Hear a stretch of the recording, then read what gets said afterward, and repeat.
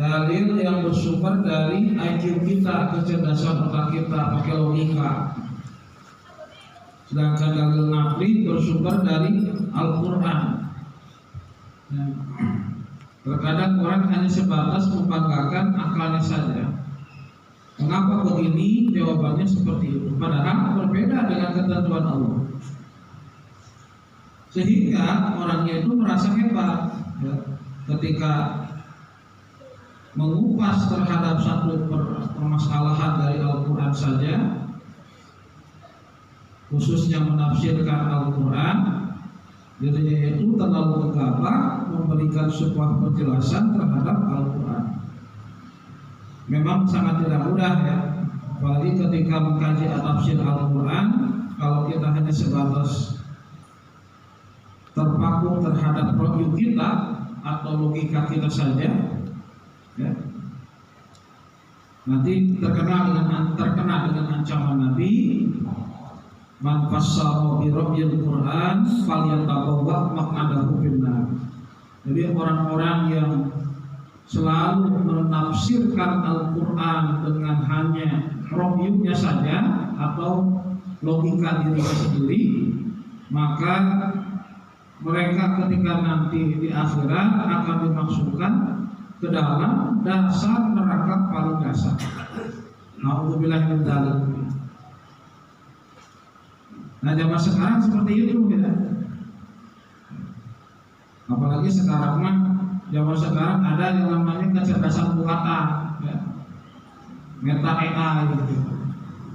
Orang Sunda di kampung saking baru dengar itu kaget, manggilnya tuh Meta AI gitu ya.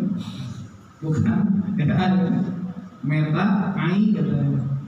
Di Tasik, di Sukabumi Meta AI, kalau di Tasik naik Meta gitu. Ada aja. Jadi dibanggakan kecerdasan buatan itu. Maka di saya di kampus, beberapa kampus yang saya ngajar, ya, ada yang bolehkan, ada yang melarang mahasiswa menggunakan. Khususnya ketika ada mahasiswa bikin skripsi ya. Sekarang kan orang bikin buku, bikin makalah, paper, bikin skripsi sampai membanggakan kepada itu. Sampai bikin daftar pustaka aja nanya ke Mendeley ya. Saya larang untuk pakai Mendeley ya. Saya coret aja kalau ada mahasiswa yang pakai Mendeley. Karena mahasiswa ketahuan mana STIA ya. STIA itu sekolah tidak ijazah ada gitu ya. Skripsi dibikin sama orang, ketahuan sama saya ya. Mana skripsi yang dibikin sama orang, mana dibikin sendiri, beda gitu ya. Zaman sekarang banyak oknum-oknum kayak gitu ya, makelar, ya, joki pembuat skripsi gitu. Ya, banyak sampai disertasi Pak ya. Itu di salah satu kampus saya yang saya ngajar, ada oknum dosen ya, yang rajin di rumahnya itu buka joki bikin skripsi sampai satu orangnya 5 juta ya. Hanya di DO itu sama pimpinan ya. Ketahuan, keciduk gitu. Kalau saya ya, kalau lagi nyidang skripsi, mahasiswa tahu mana itu bikinan sendiri, mana bikinan orang gitu. Cirinya beda jauh gitu ya. Kalau orang bikinan sendiri ditanya, walaupun agak sedikit benar dan salah juga ketahuan itu bikinan sendiri. Kalau bikinan orang lain udah demi bahwa orang Allah ya, udah demi Allah Pak ini buatan saya ya. Tapi saya lempar banding aja skripsinya. Karena saya ngajarnya umum ya, di sekolah agama kuliah, di Institut Agama Islamiyah, di sekolah sospol pun ya. Jangan pernah kita membanggakan hanya kepada akal saja ya. Karena semuanya itu kita hanya anugerah fadl dari Allah Subhanahu wa Ta'ala. Apalagi ini menafsirkan Al-Quran ya, hadis harus hati-hati. Saya pun sebetulnya sangat ketakutan ya, kalau ketika menjelaskan, mengkaji tentang tafsir ya. Kalau hadis masih mendingan ya, kita harus paham saja mustalah hadis gampang. Ada hadis riwayah, hadis riwayah ya. nanti terbagi-bagi di situ. Nanti ada kita itu harus menguasai matan, sanad, matan, rawi ya. Nanti di situ harus memahami juga tentang apakah itu hadisnya hadis sahih ya, dhaif, maudhu, marfu ya, matsruh gitu ya. Kemudian itu harus dipahami hadis-hadis seperti itu, munqati harus dipahami. Nah, jangan sampai juga zaman sekarang itu ada orang itu yang sedang menggeluti hadis ya, padahal dia sudah membedakan dan tahu mana yang sahih, mana yang dhaif, mana yang palsu ya. Jangan selalu mengorek-korek hadis-hadis yang sudah jelas ya, sanad, matan, rawinya, bahkan sebutnya dengan sahihnya udah benar-benar sahih ya. Kadang-kadang ada sebagian seperti itu, saking penasarannya terus dikorek-korek itu hadis, ke ujung-ujungnya oh ternyata ini hadisnya dhaif, padahal dia nggak paham sendiri tentang apa itu hadis dhaif ya.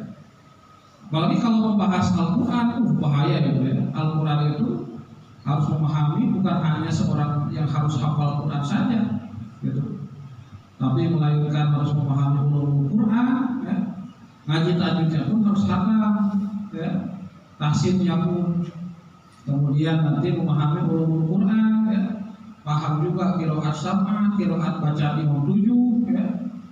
Nanti juga disitunya harus paham ilmu tafsir ya, asbabun nuzulnya, ayat nasih mansuhnya ya, kemudian mafhum mantuq, mutlaq muqayyad ya, nasih mansuh gitu ya, qat'iyul wurud dunil wurud, qat'iyul dilalah dunil dilalah, masya Allah ya, sangat dalam. Yang kedua, wa man istaghna bimalihi qalla, siapa orang yang selalu menganggap dirinya kaya hanya dengan hartanya saja ya, membanggakan kekayaannya itu, qalla sesungguhnya dia itu sedang memberikan kenikmatannya sedikit ya. Man ittaqa bimalihi lam yakfihi dzalik, nyatanya orang-orang yang mengambil cukup dengan hartanya saja, hakikatnya mereka itu sedang tidak mendapatkan kecukupan yang hakiki ya. Nah ini apalagi ya, kita ketika sudah kaya merasa hebat, merasa lebih ya, jadi kita sudah merasa lebih hebat daripada orang. Nah ini yang kita takutkan. Jangan sampai kita seperti Qarun ya. Zaman Nabi Musa itu memerangi seorang raja, dua di antaranya yang besar. Pertama Fir'aun ya. Fir'aun sudah selesai diperangi oleh Nabi Musa alaihissalam sampai tertelan oleh lautan. Itu yang kedua ada namanya Qarun. Dikirimin surat oleh Nabi Musa, wahai Qarun, kamu harus ingat bahwa semua yang kau dapatkan itu hanya titipan dari Allah, bukan atas kerja keras kamu saja ya. Maka kamu pun harus membagikan kepada orang-orang yang berhak menerimanya. Karena beliau ini terkenal seorang raja yang begitu kaya, istananya ya, kemudian semua bajunya, tempat tidurnya ya, itu semua dari emas. Ketika dijawab oleh Qarun, enak saja, ini harta hasil saya, kerja keras saya dari 0 sampai Z kalau bahasa kita. Tidak ada sangkut pautnya dengan Allah ya. Saking kikirnya ini Qarun, masya Allah ya, sampai ditelan oleh bumi, dirinya berikut dengan harta dan istananya ya. Nah kita kalaupun memiliki sebuah anugerah seperti itu harus disyukuri, tapi kita pun harus ingat bahwa yang ada pada diri kita belum mutlak milik kita seluruhnya, akan tetapi ada hak untuk orang-orang yang ada di sekeliling kita. Wa fil hadis man istaghna billahi abnahu, siapa orang yang mengalap kesugihan atau kekayaan billahi kepada Allah, beda ya. Agnahu, maka Allah akan memberikan kekayaan kepada dirinya. Tapi sebaliknya, kalau ternyata ini kekayaan dari Allah, maka Allah akan memberikan kekayaan yang hakiki, ya, dicukupkan juga harta. Tapi kalau hanya kebanggaan seperti Qarun tadi, justru mereka itu diberikan kenikmatan oleh Allah hanya sedikit, ya, kenikmatan. Tapi kalau kita itu selalu bersyukur kepada Allah, sudah janji Allah dalam surah Ibrahim ayat 7, wa idza ta'adzana rabbukum la in syakartum la azidannakum wa la in kafartum inna azabi lasyadid. Ini dalil ini jangan terkecoh, ya. Terkecoh itu banyak, bahkan sampai ustaz pun ada yang terkecoh. Saking asiknya baca dalil itu, tidak sadar ketika ujung ayatnya inna azabi, padahal harus dua harakat. Dibacanya inna azabi lasyadid. Wa idza adzana rabbukum, dan ingatlah tatkala Tuhanmu malukan, la in syakartum la azidannakum.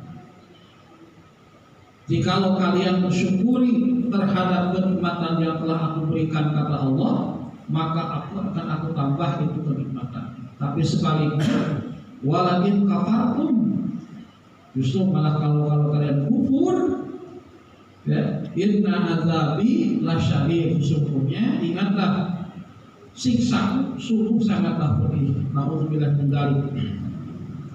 Yang ketiga, wa man azza bi makhluqin dzalla, siapa orang yang gagah, ya, merasa gagah bi makhluqin, kepada makhluk, dzalla, maka dia itu hina, ya.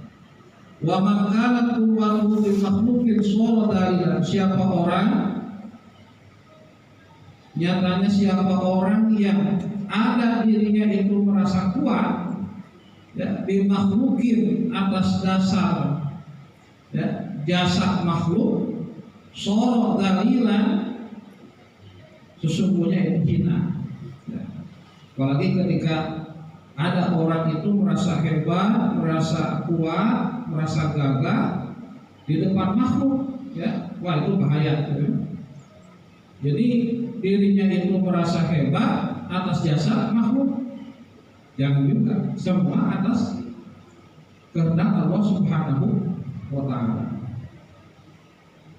Dan ini jangan sampai, pernah dulu sampaikan beberapa bulan lalu, ya, kepada makhluk itu tidak boleh kita juga merasa minder, tidak boleh, ya. Kemudian mindernya itu karena kondisi harta kita atau ekonomi kita, ya, sehingga sampai di depan orang yang punya duit, punya jabatan, ya, lalu kayak orang hina gitu. Jangan sampai, gitu, ya. Nggak ada, bagi Allah nggak ada yang namanya kaya di sini, nggak ada, ya. Nah, penyakitnya zaman sekarang itu ada orang seperti itu, ya, orang bodoh, orang kampung, nggak punya apa, dibodoh-bodoh, dan dia nggak sepele, gitu, ya. Dia nggak sepele. Tapi kalau orangnya yang kelihatannya bergelar, ya, punya mobil, punya gaji, rumahnya hebat, bagus, bertingkat, ya, sanjung-sanjung, gitu, ya, sanjung-sanjung. Nah, apalagi ketika bertanya masalah agama, itu jangan hanya kepada diri seseorang, gitu, ya. Jadi paling bahaya, karena yang saya temukan, mohon maaf itu nggak tahu di sudut saya, ya. Memang ini kenyataan yang saya lihat itu di komplek-komplek, sebesar saya di komplek Bogor kota, ya, Depok, gitu, Jakarta. Orang itu melihat seseorang dari casing, gitu. Casingnya, bahkan profesor doktor, gitu. Senang tuh kalau udah dengar profesor doktor, gitu, ya. Atau doktor, gitu. Senang tuh. Sayung bisa-bisa, gitu, ya. Tapi kalau orang-orang yang tidak bergelar, orang kampung nggak dihargai, gitu. Nah, kalau masalah yang lain silahkan, ya, itu berikan kepada bagian-bagian bidang-bidang masing-masing. Tapi kalau masalah agama, ya, masalah ilmu agama jangan sembarangan. Walaupun itu bergelar profesor doktor, tapi kalau bukan ahlinya jangan. Ya. Iza usidal amru ila ghairi ahlihi fantarisah. Apabila sesuatu perkara diserahkan kepada orang yang bukan ahlinya, maka tunggu tanggal kehancurannya. Ya. Karena saya pernah menghadiri beberapa kali ya kajian fikih, judulnya kajian fikih, mohon maaf. Materinya profesor doktor yang disampaikan jauh Pak, jauh ya. Lebih pintaran santri lagi pesantren lah gitu ya. Mohon maaf. Ada seorang dosen gitu, menyampaikan kajian menggunakan logika ya, filsafat, tapi dia pun tidak paham ilmu tauhid, wah bahaya. Kecuali kalau masalah misalkan orang yang bergelarnya itu dulunya mondok dulu, pesantren dulu, hafal Quran, hafal hadis ya. Maka berat Pak sebut ustaz itu berat. Saya lebih tertekan kalau sebut ustaz. Mendingan saya dipanggil nama ya. Misalkan kalau di kompleks saya yang manggil bapak, manggil akak, manggil akak, senang saya. Daripada sebut ustaz, berat itu. Coba Syekh Tajuddin Abdul Wahab As-Subki, pakar ulama usul fikih, sebelum menjadi pakar ulama usul fikih, dia tuh hafal dulu Quran hadis. Beliau menyampaikan kalaunya dalam kitab Jamu Jawami, tidak sah seseorang disebut orang yang berilmu, alim, syekh, ustaz, ya, sebelum dia itu hafal minimal 200.000 hadis. Masya Allah Pak. Terkadang kalau kita mah ya paham baru ada tobat bulan iman sudah hafal harus pengen sebut ustaz gitu. Bahaya. Nah, saya aja kalau kayak kemarin malam Sabtu mengaji di Gunung Sari ya, itu depan ustaz-ustaz artis itu suka dipanggilnya berlebihan ya. Al-alim, al-allamah, sahibul fadilah, ad-da'ilallah, hafizahullah, warang, as'adakumullah, al-ustaz, syekhan, janganlah kata saya dengarnya juga geli kata saya udah aja panggil namanya ya. Tapi kalau misalkan penghargaan dari orang ya mungkin kita terima, tapi kita jangan ngaku sendiri, jangan ya. Dulu saya nih ingat ya, saya ini ada kelasnya Ustaz Eri di Sukabumi ya. Sebelum saya pondok di Sukabumi, itu ingat kelas 1 SMA alias ada multaqa ulama 1.500 ya, di pesantren saya. Orang lain mah yang jadi panitia itu setelah 3 tahun, 4 tahun berpengabdian, udah dipercaya sama kiai besar. Saya mah baru setahun ya, karena tinggalnya di rumah kiai. Dan kedua kiai saya tahu saya pernah mondok dulu di Tasik ya. Jadi saya dipercaya suruh ikut jadi panitia penerima tamu registrasi. Pas begitu dari kabupaten mana itu saya nggak paham ya. Mungkin kesalahan kan ada panitia lokal, ada panitia yang dari sana ya. Pas begitu kita jaga kan nggak tahu apa-apa ya, nomor sekian 113. Namanya siapa Pak? Ini Kabupaten Anu lihat. Oh ini Pak silakan Pak tanda tangan dulu. Oh ini deh kurang deh namanya ya. Nih KTP saya, dilihat KTP-nya pengen karena kurang 1 K ya, pengen disebut Kiai Haji Pak. Karena disitu cantumkan cuma haji doang.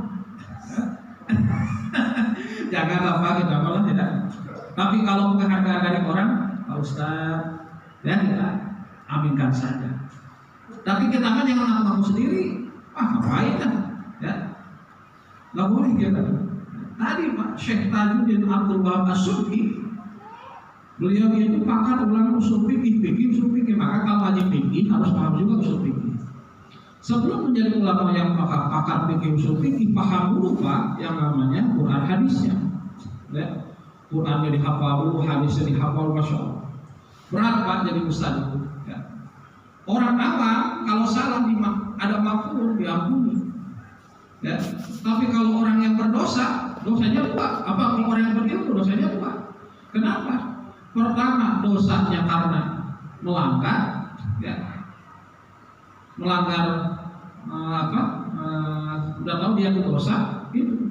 Yang kedua karena dikerjakannya. Makanya orang yang berilmu mah dosanya 2 ya. Naudzubillah min dzalik. Wal maqalatur rabi'atu wal arba'una, maqalah yang ke-44 an ba'da bersumber dari sebagian ulama ahli hikmah. Siapa para hukama itu? Wa hum alladzina yakunu qawluhum wa fi'luhum muwafiqan lis-sunnah, yaitu orang-orang yang mana ba'dul hukama itu ucapan serta perbuatannya itu selalu sesuai ya dengan sunnah Nabi. Makanya kalau ada ulama ya siapapun itu mengaku paham sunnah tapi tidak sesuai dengan sunnah Nabi, ya jangan diikuti. Ya, cuma yang namanya sunnah ini agak sensitif kalau dibahas. Ya. Karena masih ada sebagian orang yang mempermasalahkan masalah sunnah. Padahal dirinya itu memahami sunnah itu harus dari dua sisi. Pertama, ada definisi sunnah menurut fikih dan usul fikih. Yang kedua menurut ilmu hadis. Kalau menurut ilmu fikih dan usul fikih disebut dengan sunnah, ma yusabu ala fa'lihi wa la yunaqabu ala tarkihi. Diberikan pahala oleh Allah kalau dikerjakan, ditinggalkan tidak akan dapat dosa. Itu sunnah menurut fikih dan usul fikih.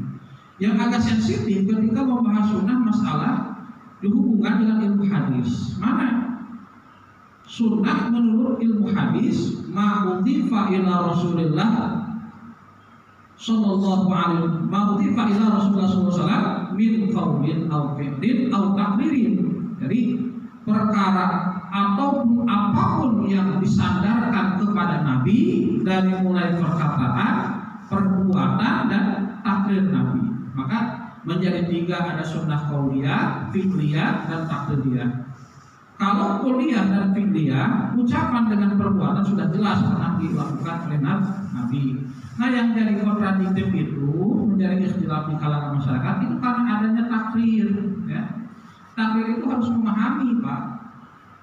Pengertian takrir itu satu, ada yang mengatakan para ulama ahli hadis pendiaman Nabi. Ya. Para jumhur ulama hadis, ahli hadis yang disebut dengan takrir itu Nabi tidak pernah memerintahkan, tidak pernah melarang. Nah, yang jadi ikhtilaf itu karena ada ini takririyah itu. Ya, silahkan itu mau mengambil yang mana, ya, mengambil misalkan kita madhabnya ini silahkan. Ya, punya argumentasi masing-masing, jangan sampai mau diadu domba itu, Pak. Ya, saya sekarang suka sedih, ya. Melihat orang muslim itu karena hal-hal sepele itu selalu ya, dipisahkan dengan hal-hal seperti itu.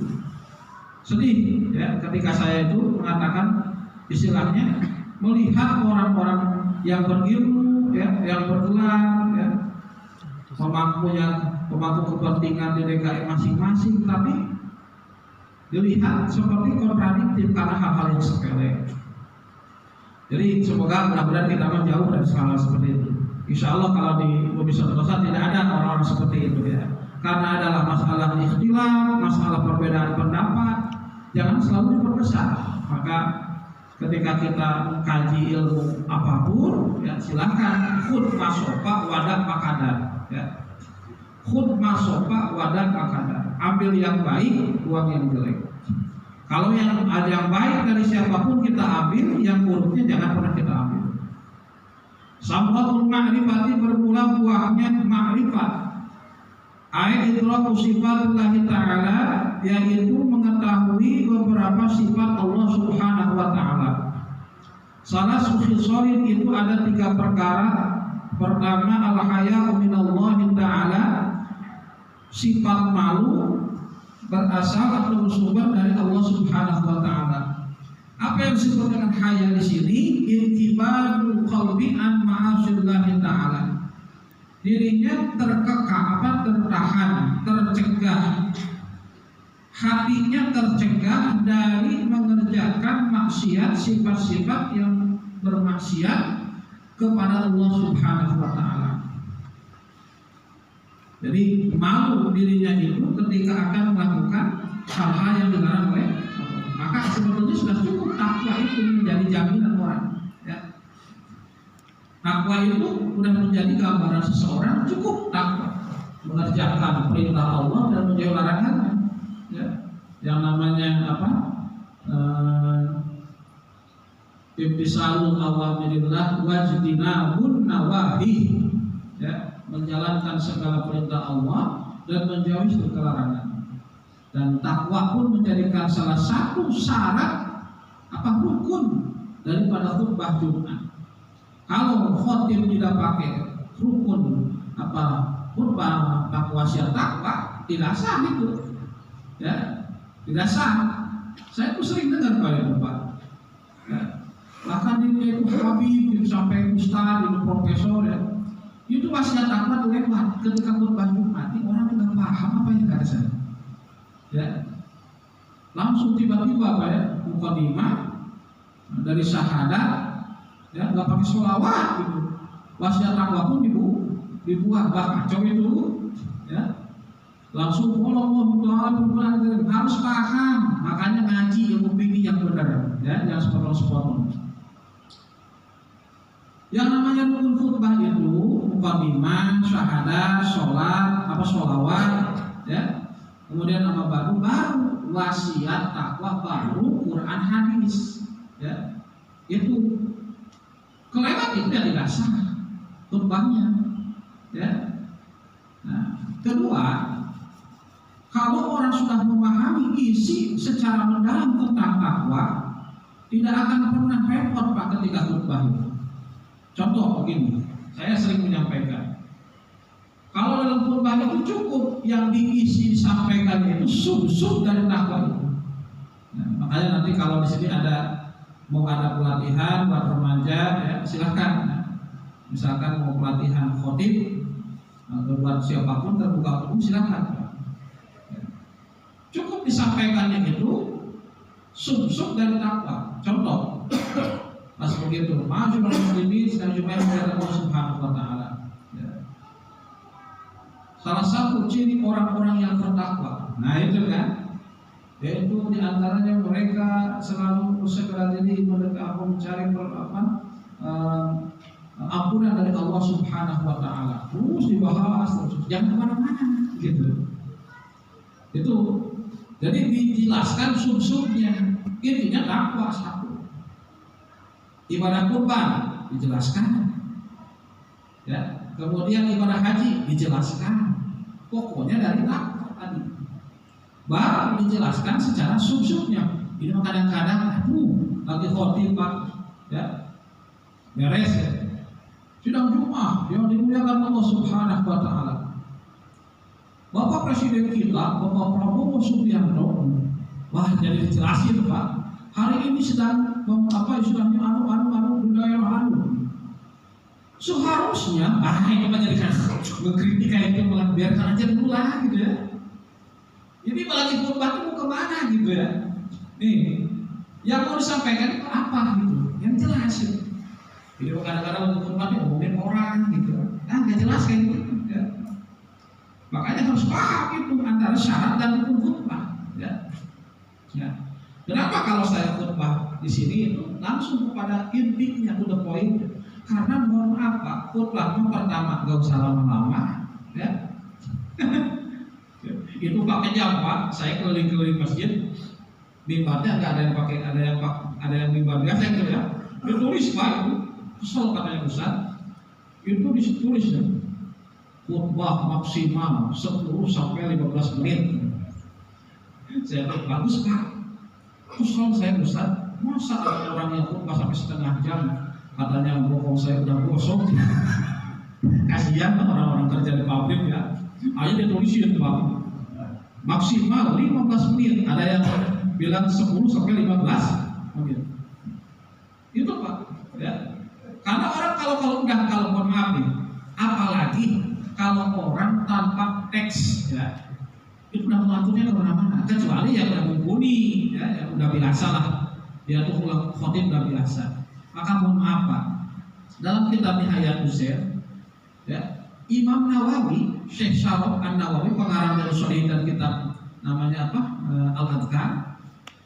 Dalam kitab Nihayatul Uzair itu dikutip oleh pengarang kitab Nihayatul Uzair, ada pendapat dari Imam Nawawi. Imam Nawawi itu wa ayyakun al-khutbah al-jum'ata arabiyatan.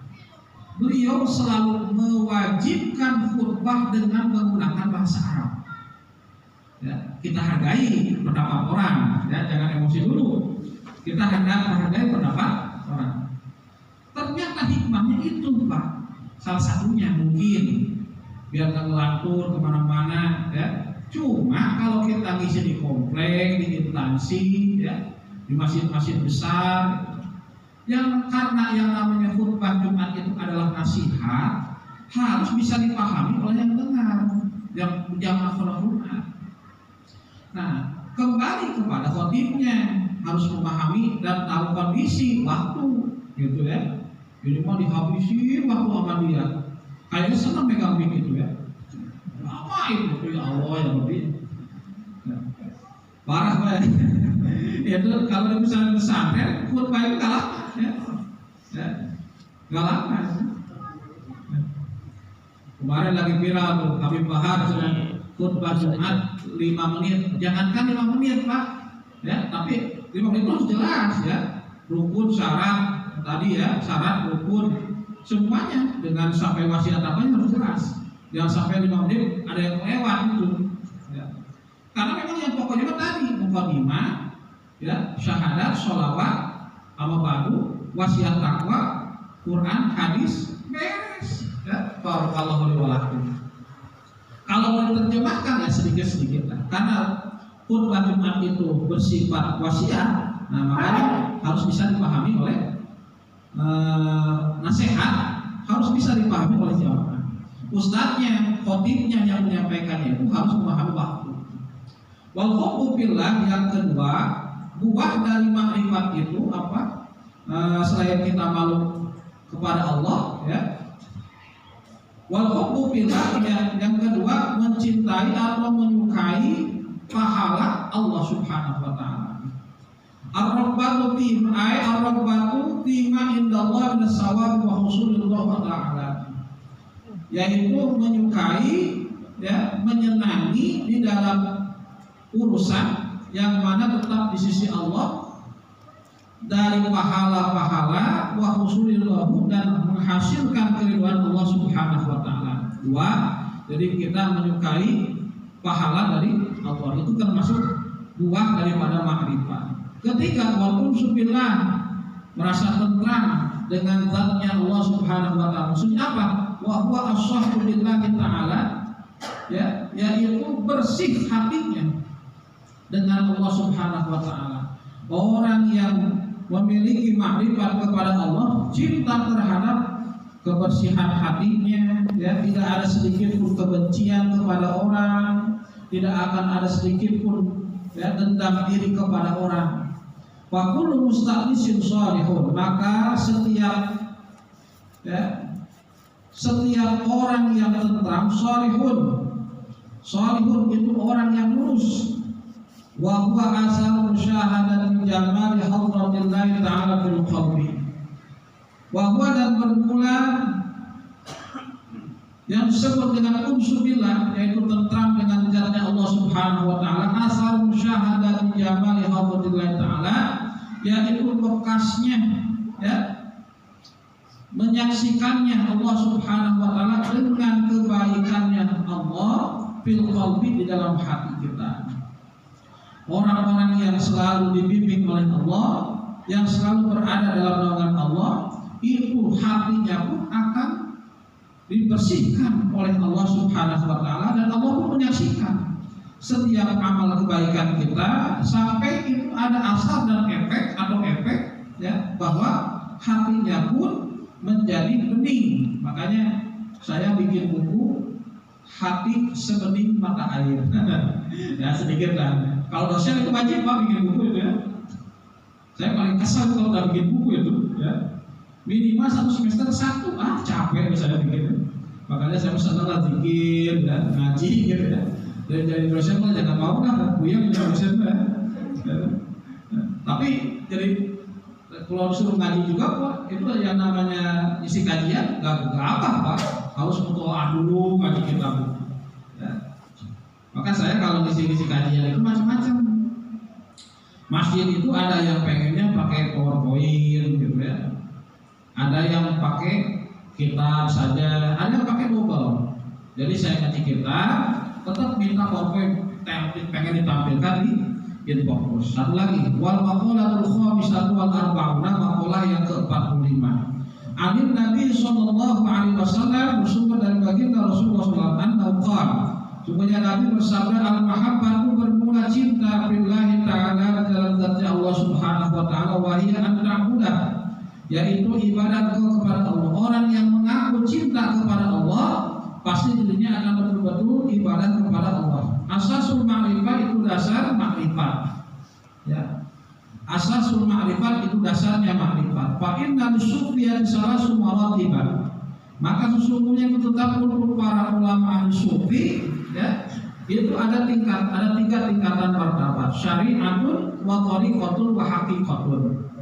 Kalau dalam bahasa biasanya, dalam sebutan kita sehari-hari, ada doa, ada ikhtiar, ada tawakal. Nah, dalam ilmu tasawuf itu kan disebutnya tiga, juga sama: syariat, thariqat, hakikat. Seseorang itu harus berdoa, tidak cukup berpasrah diri begitu saja, tapi harus berdoa, ikhtiar, dan juga tawakal. Kalau ilmu tasawuf harus ada pelanggaran namanya syariat, ya, doa, ya. Yang kedua harus ada ikhtiar kasar namanya thariqat, baru namanya hakikat. Itu adalah kita berpasrah diri kepada Allah Subhanahu wa taala. Kalau baca buku kemiliteran yang namanya tawakal itu hebat, ya. Jadi menyerahkan kepada Allah, berjuang dengan sebaik-baiknya, ya, sampai titik darah penghabisan, baru tawakal, disebut tawakal. Syariatul wahiyya indahum ibadatullah ta'ala, yang maksud dengan syariat pertama yaitu, ya, ibadatullah ta'ala li'annaha al-maqsudatu minasyari'ati allati indaha al-fuqaha al-ahkamu allati bayyanaha Allah ta'ala lana, yaitu kan sesungguhnya yang ibadah kepada Allah itu adalah perkara yang dituju, ya, oleh manusia dari mengerjakan syariat. Kita punya kewajiban yaitu sholat, ya. Allati hiya indal fuqaha, yang mana menurut para ulama ahli fikih, al-ahkam allati, yaitu berapa hukum, allati bayanaha, yang telah menjelaskan kepada hukum Allah taala, Gusti Allah Subhanahu wa taala kepada kita. Orang yang memahami kalau dirinya beragama Islam, maka harus mengerjakan ibadah kepada Allah dan memahami tentang syariat, ya.